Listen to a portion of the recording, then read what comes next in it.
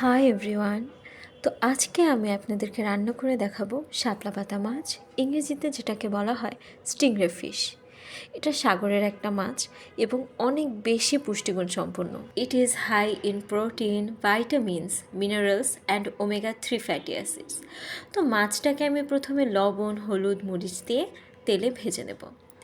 একটু ভালো মতো ভেজে নেব। তারপরে মাছটাকে একটা প্লেটে তুলে নিয়ে আমি ভুনা করার মশলাটা রেডি করে নেব। এখানে আমি ইউজ করছি পেঁয়াজ বাটা, রসুন বাটা, আদা, জিরে বাটা আর লবণ, মরিচ, হলুদের গুঁড়ো, সাথে ধনিয়া গুঁড়োটাও আমরা অ্যাড করব। মশলাটাকে আমরা ভালো মতো কষিয়ে নেব। মশলাটা যখন ভালো মতো কষে যাবে তখন এটাতে আমরা ভাজা মাছগুলো অ্যাড করে দেব। এবার মাছটা সুন্দর মতো মশলার সাথে ওলট পালট করে মিশিয়ে নেব। কতক্ষণ কষানোর পরে আমরা এটাতে সামান্য জল অ্যাড করে দেব।